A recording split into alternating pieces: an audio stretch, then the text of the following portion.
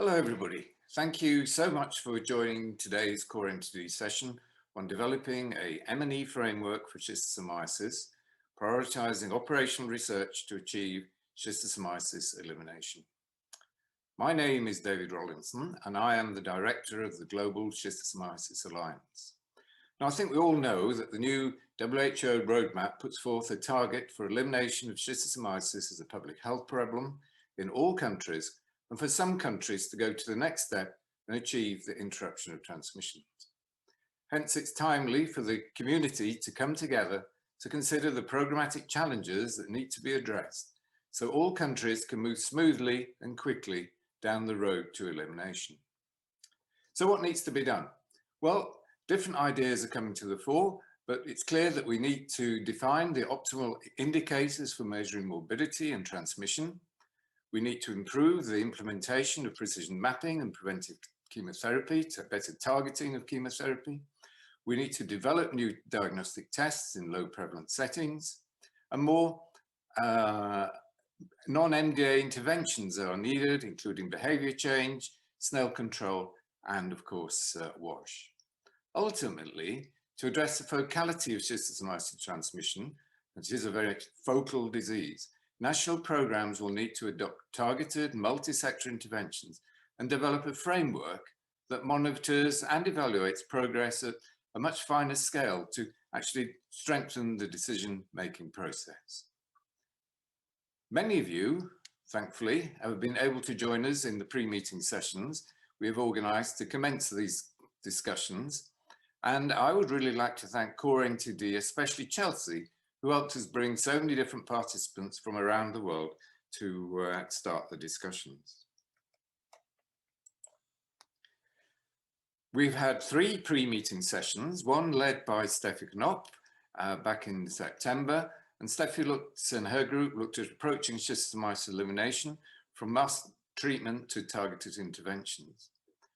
This was followed by Upendo Mwingira, who brought together program managers to look at elimination of schistosomiasis as a public health problem and really delve down into the experiences in some countries on reaching that goal and ask the challenging question of what to do next from an endemic country viewpoint. Fiona Fleming followed on and looked at decision-making in schistosomiasis, biological thresholds and acceptable risk in the implementation of schistosomiasis control strategies, and introduced us to a new M&E framework, an M&E framework which will be discussed later and which is under development.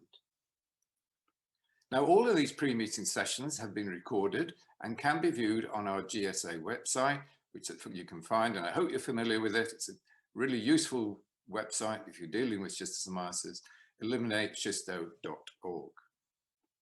So what are we trying to do today? What we want to do is bring together the different ideas and questions that have arisen in our pre-meeting sessions and bring forward a key operational research pathway. Questions that have been addressed earlier in the pre-meeting workshops, we can just run through them. When NTD programs reach EPHP, that's elimination of the public health problem, what has been achieved and what measures are needed for sustaining the gains? Which tools and intervention strategies do we need when moving beyond EPHP towards interruption of transmission for schistosomiasis? How can we establish an evidence-based framework for monitoring and evaluation of schistosomiasis programs, considering biological thresholds for measuring morbidity and transmission? What we really do need to get out of this final session is a clearer operational research pathway. We'll be bringing the ideas together and reporting back to COR NTD, but we need an operational research pathway to support the development of a programmatic framework that leverages improved diagnostic tests, data analysis and modelling tools, appropriate indicators, and targeted interventions for the elimination of schistosomiasis. We're lucky in that our 3 session chairs, Upendo, Steffi and Fiona, are coming back and talking to us about the sessions and reporting on some of the important points raised in their sessions. We also have Anouk Gouvra, who will be bringing together a lot of these ideas in an operational pathway as our final presentation. All of the presentations have been pre-recorded, and so there'll be a straight run through of the 4 different sessions. First, we will have Upendo from RTI, followed by Steffi from Swiss TPH, followed by Fiona from Schistosomiasis Control Initiative Foundation, and finally Anouk from the GSA. We'll then come back, we'll enter a live session, so please do keep your questions ready so we can discuss in plenary form questions arising from these presentations. We're then going to take a 15-minute break and then come back after that to go into our breakout groups. You'll hear more about the breakout groups when we return. We'll explain what needs to be done and how we can input into these different activities. Group A will be looking at monitoring and evaluation. Group B will be looking at interventions, and Group C will be looking at items that fall under the general tag of epidemiology. After 60 minutes, we'll come back into the full plenary. Chairs and rapporteurs will report the key findings, an opportunity for some final discussion, and then we will have the wrap up. So thank you very much again for joining us. Please sit back and enjoy the presentations that you're about to hear, and stay with us for the questions and answers which will follow after. Look forward to seeing you soon. Thank you very much.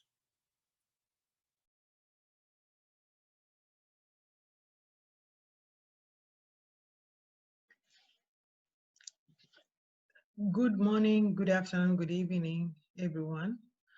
My name is Upendo Mwingira. I am from USAID's Act to End NTD East program as a senior technical advisor. I'm going to present today on the key summary points from the pre-meeting session 39, titled Elimination of Schistosomiasis is a Public Health Problem, Experiences on Reaching the Goal, and What to Do Next from Endemic Countries. This is part of the session 2B on developing an M&E framework for schistosomiasis and prioritizing operational research to achieve schistosomiasis elimination. So the session which I'm going to present is the one which was done on 7th of October, and its main objectives were 3. The first one was to generate from a program perspective what the main facilitators and barriers are to make the EPHP target intervention decisions. The second one was to formulate the key operational research questions on what interventions are required to maintain EPHP. And the third one was to enable development of OR questions from programmatic perspective and hence an M&E framework. So the session had 3 parts. The first part had 5 presentations, 5 talks, then was followed by parallel breakout sessions whereby panelists discussed 2 subject matters.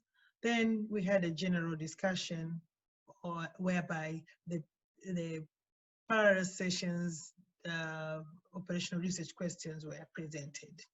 We had more than 60 participants who attended that visual session. More details on this session you can find in the link which is shown here in the slide at the bottom. So agenda of that session, which my colleague Fiona and I chaired, for that presentation part had 5 presentations, as I said before. And the first one was from WHO Afro, Dr. Pauline Mwenzi, who presented on Schisto 2021-2030 WHO Roadmap Indicators and Regional Progress. And we had 3 presentations from 3 countries, Malawi, Ethiopia, and Tanzania. And all the 3 presentations were titled Reaching, Maintaining, Going Beyond EPHP Goal for Schistosomiasis in those countries.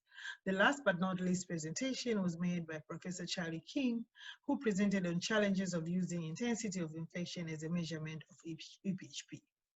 So from Dr. Mwinzi from Afro, WHO Afro, we have had several aspects of schistosomiasis control and elimination, which included the WHO selected indicators. As you can see in the slide, we also had heard from her on WHO Roadmap 2020 targets, 2030 targets. We also had indicators which are tracked by ESPEN or WHO Afro. I would like to dwell much on the progress which have made in the African region. You could see that the colored columns below indicate that there are 4 groups of categories whereby countries are progressing. You can see that there are countries, unfortunately, which have not started MDA for schistosomiasis on the left-hand side under the orange column. And then we find also countries which are in the green, Algeria and Mauritius, which need validation of elimination of public health problem. So there is a very good progress, but we still need to work hard to make sure that most of the countries transform to the green part. So going to Malawi, Malawi presented on their overall schistosomiasis profile, that they had their baseline done between 2008 to 2010. They have been able to do national-wide MDA rounds, and most of the districts of the national level have reached the 100% geographical coverage, and they have done reassessment recently. Results are indicated in the maps you can see in the slide. From the reassessment exercise, you can see that majority of the schools are already below EPHP threshold for Esmansonai, which is on the left-hand side in the map. While on the right-hand side, you see that there are still schools that are still above EPHP threshold, and they're also above the control morbidity threshold, which is more than 5%. So Malawi still has challenges in terms of schistosomiasis control and elimination. That include low sanitary coverage, the issue of inadequate potable water, there's no strategic vector control, and also the diagnostic tools which they are using, they find that they are not sensitive enough. So what Malawi has planned is to do mapping so that they can shrink more on the preventive chemotherapy to lower implementation units. They also think of continuing MDA to control morbidity in the districts where they still have more than 5% prevalence. The thoughts of transitioning to interruption of transmission and to intensify surveillance system. Most importantly, Malawi think of case management, whereby they think that there is a need to intensify case management and link with the NCD program on complicated cases. Going to Ethiopia, Ethiopia presented their schistosomiasis profile, whereby we see 38 million people are at risk of schistosomiasis, and around 14 million school-age children require praziquantel MDA. The map of Ethiopia indicates that you can see various endemicity levels in the country in the map here, and we still have another part of the country which is still the status is still unknown. In the middle parts of the slide, you can see the reassessment results on the map there. Specifically for Schistosoma mansoni, we found that majority of the surveyed areas have already had reached the EPHP goal of less than 1% heavy intensity. Getting to the challenges of the program, the Ethiopian program still has security problems in some of the districts. There is a challenge of split of districts due to political reasons, so every time they get more districts. And there is also a community resistance to take praziquantel, specifically in the urban settings. So Ethiopia have set themselves the goals for 2023 and 2025, as you can see in the table in this slide.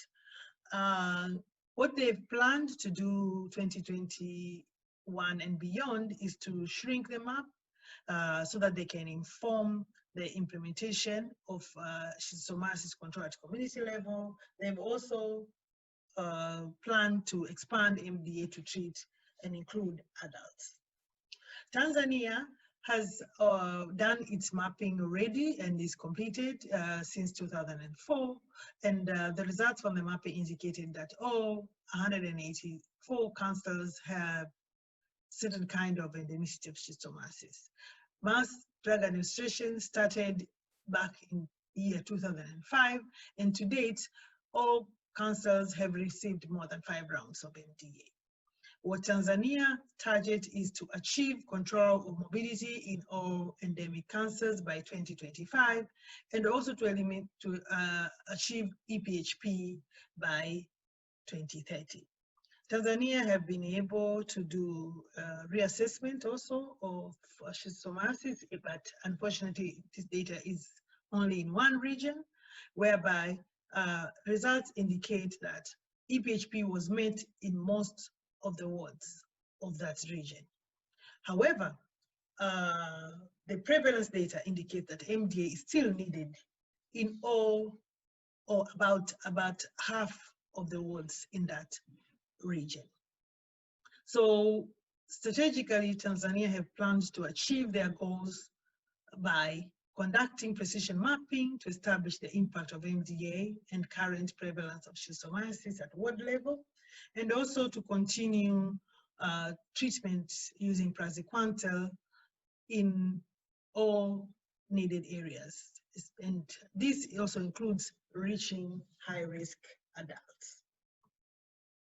So from the presentation from Charlie King, it is clearly outlined that as currently defined, EPHP is not a solid target because infection will still occur. If they do, morbidity will still be common, and therefore using just symptomatic screening and treatment in health centers may not be enough to prevent childhood disease. When it comes to less than 1% infection prevalence, in infection intensity, it is not the end of the morbidity control program.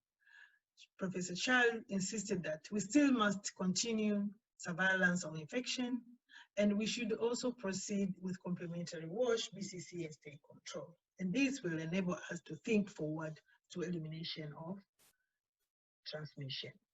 So several key takeaways or lessons learned were brought out of the 5 presentations, and 4 are mentioned here. The first one being that most of the sentinel sites have met the EPHP.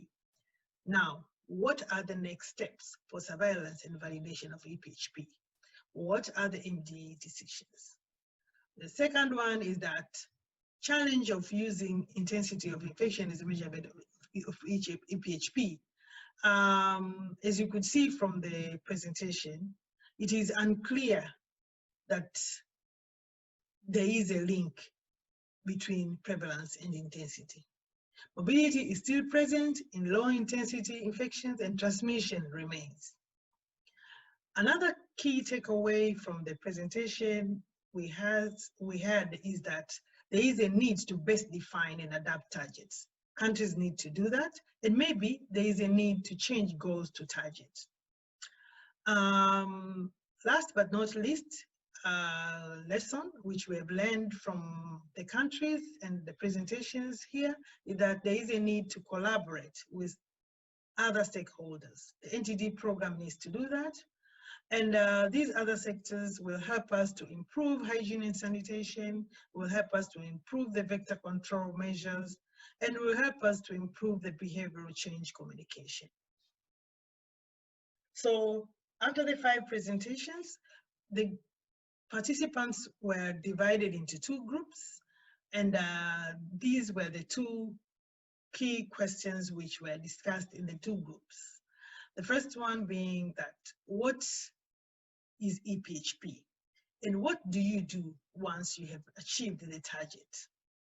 What are the OR questions that needed to be addressed? While Group B discussed the question on what intervention strategies are required for communities where EPHP has not been achieved, and what are the OR questions that need to be addressed. So the panelists and the participants discussed those 2 questions, and each group voted for 2 priority OR questions. I will not deal much in this. I'm going to leave this to my colleague Anouk, who will go much in details on those 2 OR prioritized questions in the next presentation. I would like to acknowledge many people who made this presentation a reality, and these include those who are listed in this slide, also those who might have not been listed here. Thank you for listening.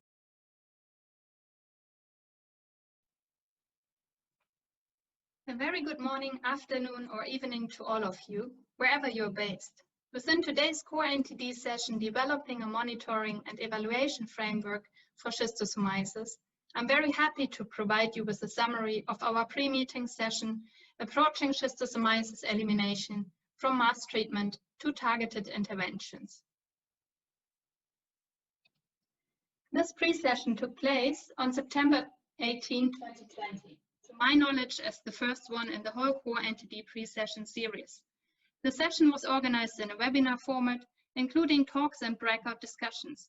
We had 3 moderators, 4 speakers, 3 rapporteurs, and 30 panelists, and the total of participants was exceeding 150.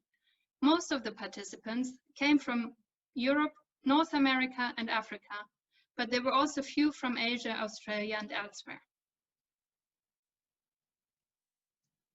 As a background to the session, I would like to highlight that schistosomiasis elimination is high on the agenda since 2011, as indicated in several documents published by the WHO in 2011 and 2012. A start was made in 2011 with the World Health Assembly Resolution 6521 on the elimination of schistosomiasis, followed by the London Declaration of Neglected Tropical Diseases and the World Health Organization Roadmap to overcome the impact of NTDs published in 2012. In addition, a very good document is the Schistosomiasis Strategic Plan 2012 to 2020 that highlights clear goals, timeframes, and approaches for the global control of schistosomiasis and the elimination of schistosomiasis as a public health problem, and also for the interruption of transmission in selected areas.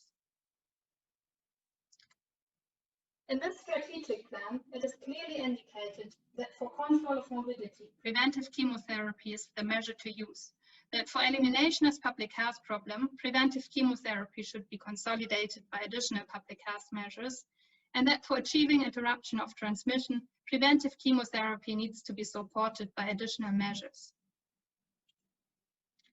These complementary measures are outlined as health education for behavior change, provision of safe water and sanitation, and snail control by WHO.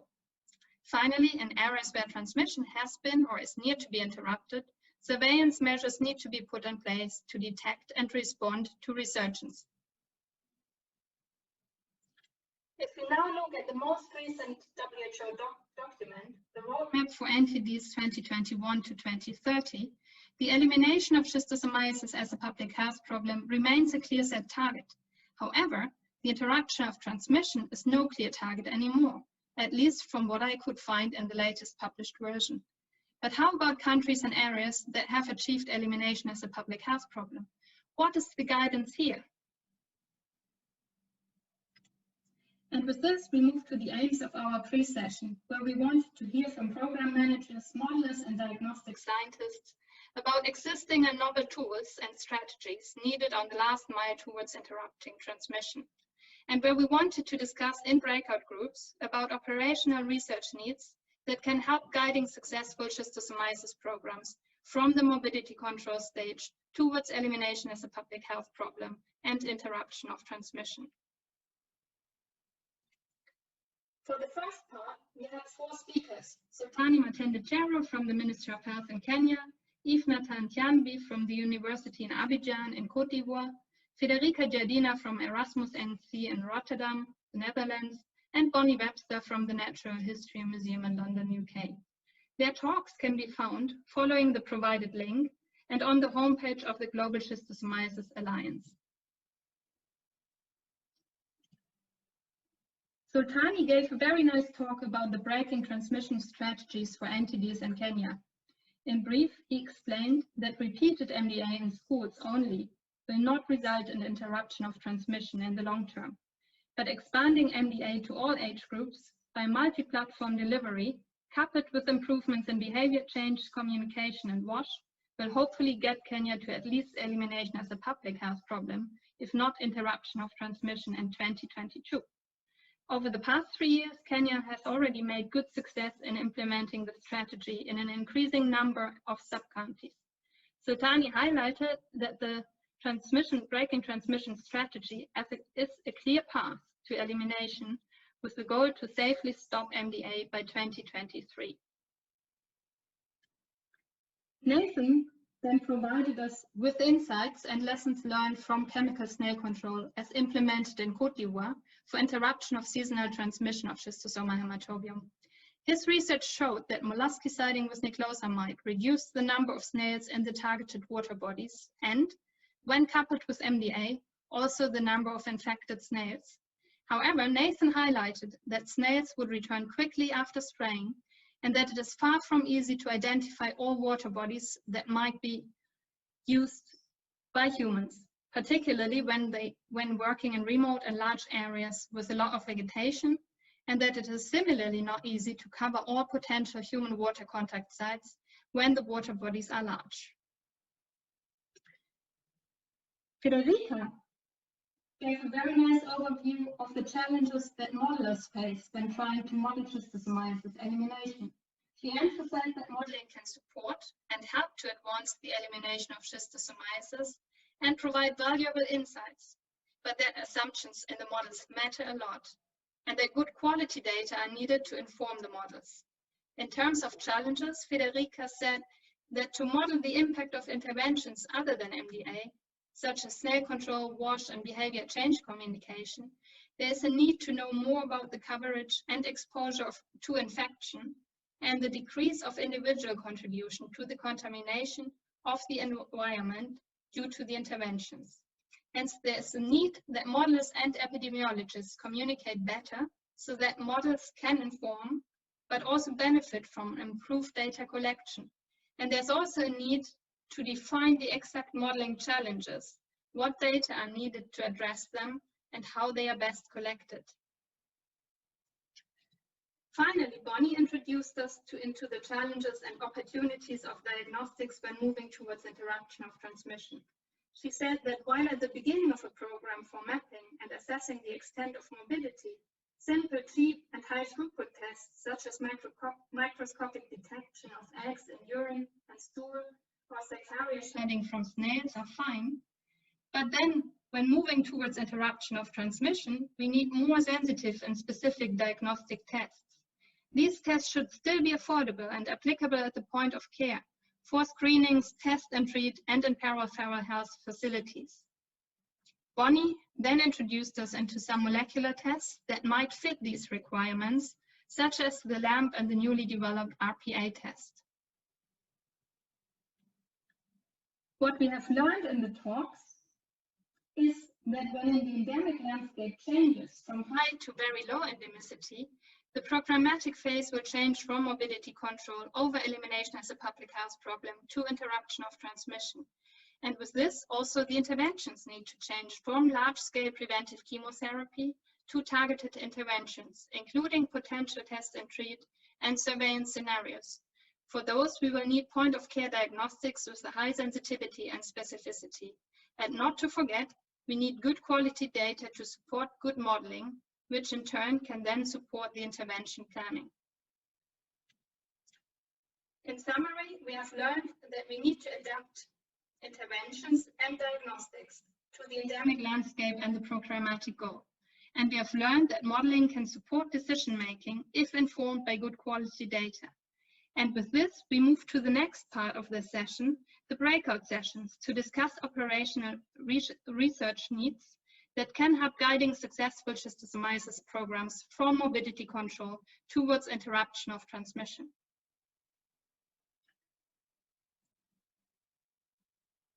In our pre-meeting session, we had 3 breakout groups, one to discuss intervention strategies for breaking transmission, the second on modeling interventions beyond MDA, and the third to discuss diagnostic tools for elimination settings. In those breakout groups, and here's an example from the modeling group, operational research questions were discussed and ranked in FunRetro. The outcomes of the groups were merged with those of the 2 other pre-sessions and summarized in this synthesized session. The synthesized results will be presented at the end of this block in a talk given by Anu Guvras. And my thanks finally now goes to the organizers of COR NTD that helped us a lot with the pre-sessions, namely Chelsea Toledo, Pat Lammy and Katie Gather, and also to Anu Guvras and David Rollinson from the Global Schistosomiasis Alliance, who did a great job in not only synthesizing the current session, but also far beyond. Thanks also to the speakers and to the rapporteurs, to the panelists of our pre-meeting session, and to you all for your attention today.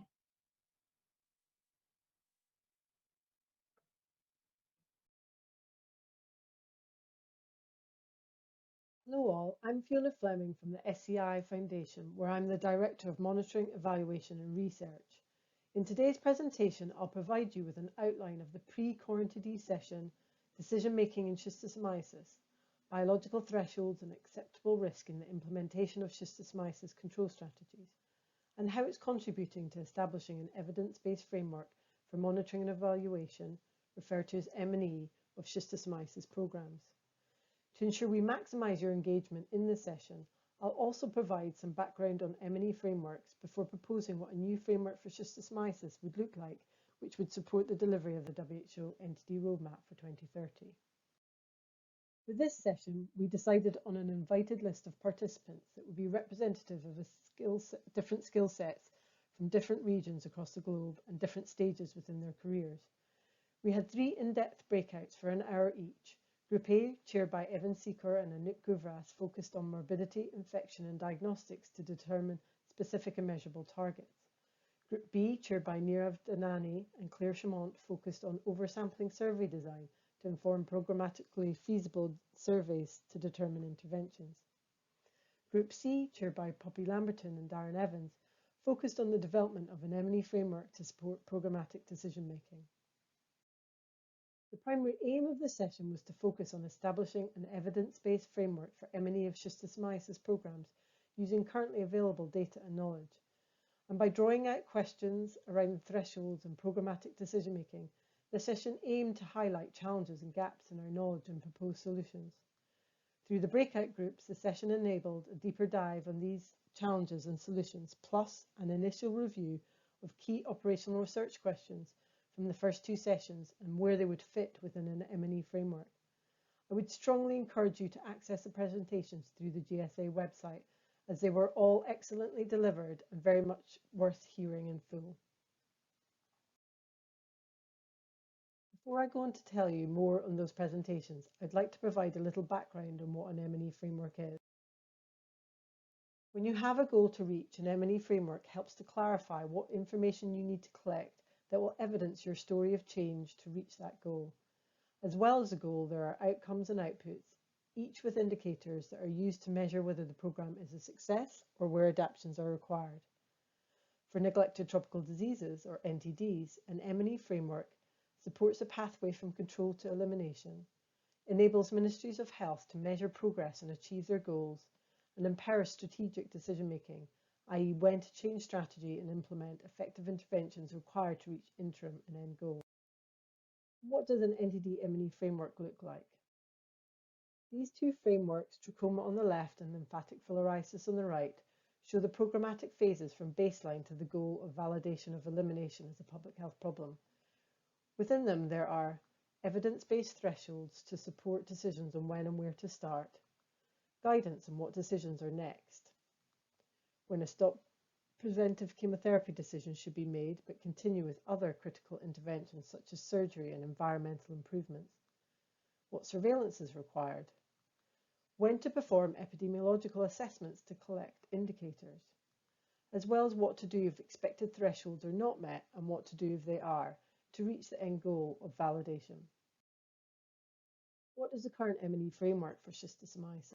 It was initially developed in the 1990s, an era when less was known on the spatial distribution of infection and infection-associated morbidities, with fewer diagnostic development opportunities and a siloed intervention approach with no drug donation program. The aim has been to decrease morbidity through preventive chemotherapy and to interrupt transmission where appropriate. Delivery of preventive chemotherapy has been through large-scale administration of the drug praziquantel, focusing on reaching 75% of school-age population in all endemic countries. With significant investments by 2018, this goal was attained in 20 countries that implemented out of 52 endemic countries requiring preventive chemotherapy for schistosomiasis.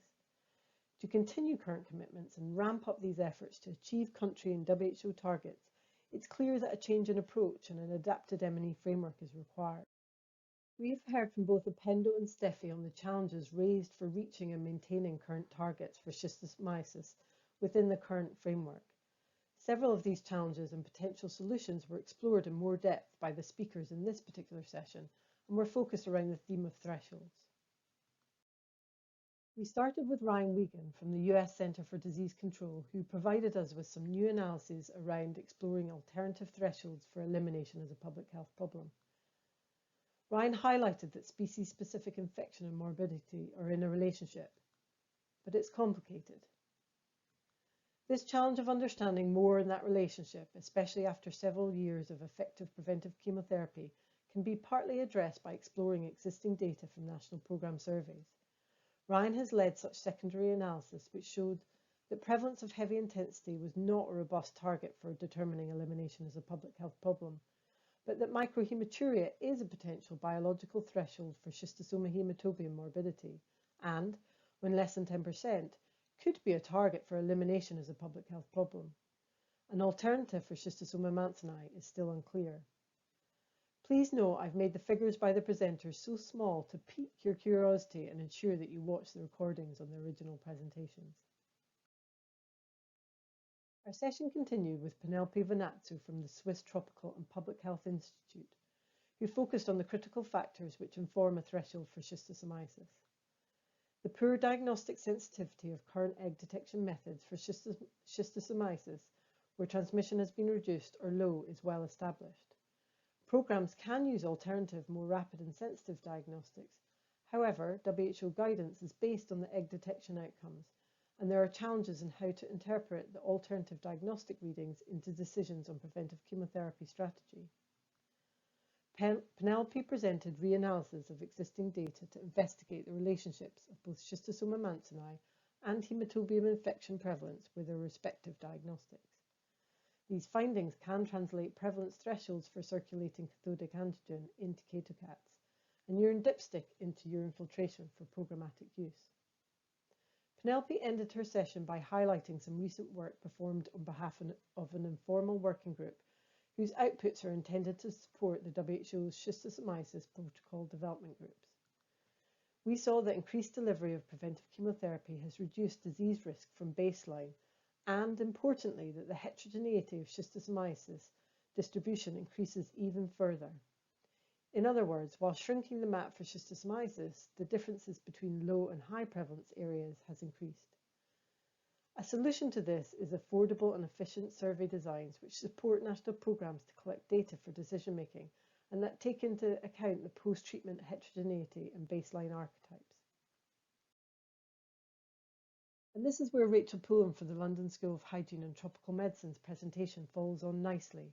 Having established what your threshold is and how to measure it, How do you identify when you have reached the threshold and which is the optimal survey design to use? We know from previous work that current programmatic surveys for mapping and impact lead to inadequate decisions on interventions. But we have a challenge in evaluating the performance of a survey when we don't know the truth, i.e. the underlying true prevalence. Rachel presented on the previously mentioned informal working group, and this was a great opportunity for us to tackle the questions and propose next steps for feedback to a wider and more diversified group. She was able to highlight what a survey design for schistosomiasis would need to consider, including archetypes, which are typical examples of transmission settings. Following an overview of potential survey design options, Rachel highlighted there is a need to test where and when they would be most appropriate for use by program managers. However, testing multiple designs in multiple settings gets very expensive, and as we lack the data to describe the fine-scale distribution and increased heterogeneity following preventive chemotherapy, the potential solution of a two-phased approach was presented, with phase 1 collecting comprehensive parasitological data through oversampling surveys in multiple archetypes after at least 3 rounds of preventive chemotherapy, and then a phase 2 where these data are used to generate truth surfaces. Through simulation approaches, these surfaces can then be used for the evaluation of alternative programmatically feasible survey protocols to determine the optimal survey design or designs for program managers to use for decision making in the field.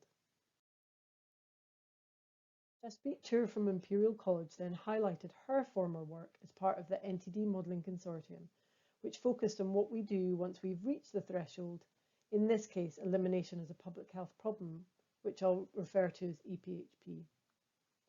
We know that school-based and/or community-wide preventive chemotherapy can be effective in reducing heavy intensity prevalence in school-aged children, and that the current EPHP target of less than 1% heavy intensity can be reached at an aggregate level within 1 to 3 rounds of mass preventive chemotherapy. We heard from Jaspreet's presentation, and indeed have observed in programmatic surveys, that even once EPHP is achieved, overall prevalence can still be high. This leaves a dilemma for national programmes on determining what next when they reach the current EPHP threshold, and we learnt more from their perspective in Upendo's pre-session. Jaspreet was able to demonstrate the projected what next from her modelling outputs, which showing that stopping preventive chemotherapy when EPHP is reached is not an option due to risks of recrudescence, which will be faster in archetypes with higher transmission. The solutions need to encompass a threshold which is sufficiently low enough to allow the maintenance of EPHP with a specific combination of interventions and surveillance designed to limit recrudescence, as well as determining a different combination of interventions needed should a programme decide to move towards interruption of transmission. As we heard from Steffi's session, progress towards this goal has key operational challenges which require research and further modelling to provide a better understanding of the optimal way forward. Before I give an overview of the final presentation in the pre-session, I'd like to briefly pause and reflect. Through the session and indeed prior COR NTD GSA sessions, we heard about the challenges faced by national programmes when implementing the existing framework for schistosomiasis, and what might happen if goals are reached and efforts stopped. But we've also listened to potential solutions, such as evidence-based biological thresholds which define targets and support decision-making on interventions, the development of optimal survey designs with improved, more sensitive diagnostics which take into account increased focality and archetypes. And we also need to build solutions around which intervention packages are required, depending on where a programme sits within its progress from control to elimination, and using a multi-sector approach to achieve country and global targets. Plus, we need the development of surveillance systems for the validation of elimination as a public health problem and verification of elimination. We need to address the challenges in implementing the current M&E framework and the solutions raised by my colleagues in their articulate presentations. And we also have the new WHO NTD roadmap, which is critical to support in the process. Based on 3 pillars of A, programmatic progress across NTDs with a focus on achieving impact, B, cross-cutting approaches, and C, operating model and culture, The new WHO NTD roadmap sets a specific target for the elimination as a public health problem of schistosomiasis. It is an infection measure of prevalence of intensity of infection, less than 1%, by catocats or urine filtration. It's important to note that this indicator is not a measure of disease and, as we heard from Ryan and Jaspreet's presentation, it does have significant limitations. In the bottom table, you'll see provisional estimates for the number of countries expected to achieve this indicator between 2030 and 2030, and the projected achievements for absence of infection in humans.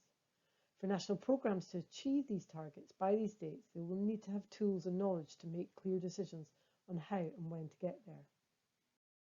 I gave the last presentation in the pre-session which focused on what a new M&E framework for schistosomiasis might look like. The development of a new M&E framework for schistosomiasis was the result of a commission by the COR NTD Secretariat. Support through COR NTD for research on schistosomiasis had been very limited for several years, with donor reticence driven in part by confusion about targets and programmatic decision-making for schistosomiasis.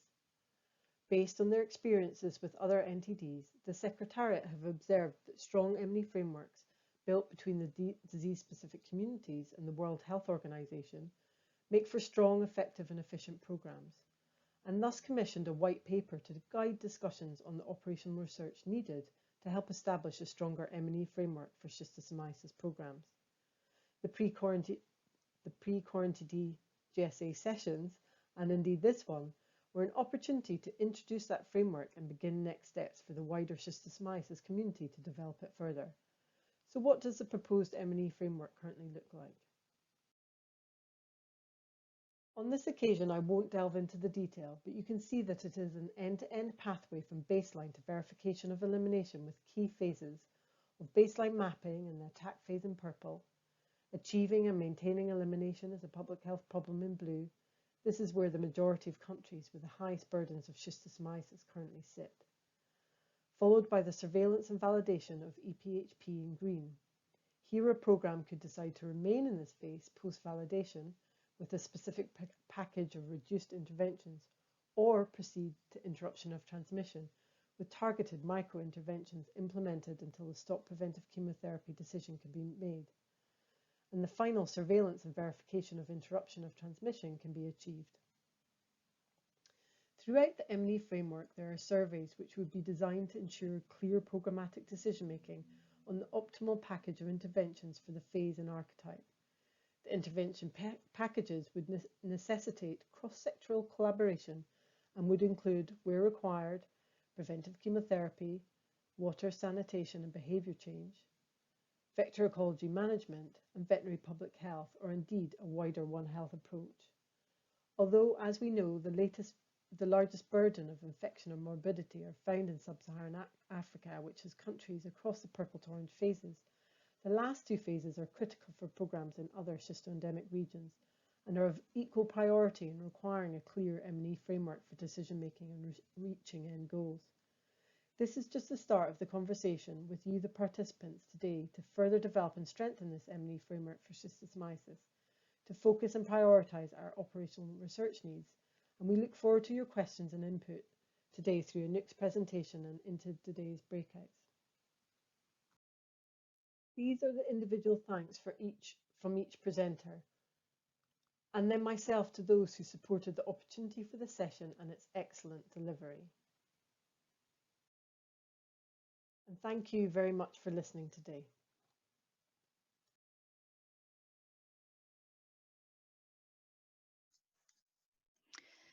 Hi everyone. Thank you very much for joining us. My name is Anouk. I'm the Communications and Programme Manager for the Global Schistosomiasis Alliance. I've really enjoyed the stimulating and thoughtful talks and discussions we have had in our pre-meeting sessions. I'd like to thank Upendo, Steffi and Fiona for leading such great pre-meeting sessions, and to thank all the speakers, panelists and participants that contributed their expertise and time to these discussions. I'm now going to talk you through what we did with the outputs of these meetings. So as highlighted earlier by David and at the start, and further described by Upendo, Steffi and Fiona, We held 3 pre-meeting sessions, each one with breakout groups, to develop key operational research questions that need to be addressed in order to achieve schistosomiasis elimination. So in Upendo and Steffi's breakout groups, we invited panelists to suggest their operational research questions based on a particular topic, so either diagnostics, interventions, morbidity, hotspots, etc. As outlined before, we entered these ORs onto a collaborative platform called Fun Retro, which also allowed audiences to comment and vote. In Fiona's session, some of these key OR questions were explored further and collected either via Fun Retro or on a collaborative online platform called Mural. Having collected all these ORs on different platforms, we then assembled them all onto one board on Mural. So this is just an illustration of how we captured all OR suggestions and entered them individually in the yellow boxes in our synthesized mural. We assembled all the OR suggestions and key points from the 3 pre-meetings and their breakout groups onto one board on Mural, and you can see what that looked like on the right-hand side of this slide. We had this plethora of excellent OR questions and points suggested by different experts in pre-meetings, by modelers, lab and field-based researchers, national program managers, and public health experts. And you can see all of them on the right-hand side of this slide. We needed a way to conceptualize them in the context of national and WHO schistosomiasis targets and the programmatic decision points needed to achieve them. Referring to the monitoring and evaluation framework presented by Fiona Fleming earlier, we created a table shown on the left-hand side here. We use the defined phases of a program shown in columns in this table and 3 operational research categories: monitoring and evaluation at the top, then interventions, and then epidemiological. And these are shown as rows. We then sorted all ORs into this categorized table. And here I just have a quick video to show you the process. As you can see, the colorful table on the right has all the individual ORs from our pre-meetings. Mural allowed us to simply drag and drop the post-it boxes with each OR suggestion and point from the right-hand side into the categorized table on the left. Sometimes it was a bit of a judgment call where a particular OR fit, and there were certain ORs that could be popped into more than one phase of a program. However, this process and the resulting categorized table helped us build a picture of where these OR questions and points sit in the life of a schistosomiasis elimination program. So here is the result of the exercise. There was a big focus on the phases of achieving and maintaining elimination as a public health problem, as well as surveillance and validation, and moving on to interruption of transmission. The interruption of transmission categories were less populated, but I would like to point out that due to the timing and focus of the pre-meetings, we had less representation from the Western Pacific and Pan-American health regions, where these phases would be a priority and are in fact part of their regional schistosomiasis strategies. Hopefully we can get more input for these phases today. So the next step of this conceptualization of the assembled OR points into an operational research framework was to summarize the ORs in each box and remove repetition, resolve overlap, and consolidate ORs by category and program phase. And that takes us to part 2 of this meeting, where we will be presenting you with the draft operational research framework and asking you to review and refine it through the breakout groups. So we will need to, well, you will need to stay on for part 2 of our meeting to see the final results and help us improve it with your expertise. Finally, I'd just like to thank everyone for your time and willingness to be part of these workshops. We do really appreciate it and are very much looking forward to the discussions in the following sections of our meetings today. We will now be moving on to the Q&A portion of part 1 of our meeting. So please do enter your questions to the speakers in the Q&A box on your screens. And do join us for part 2 of the meeting, where we will be able to discuss and work on the operational research framework in more detail. Thanks very much.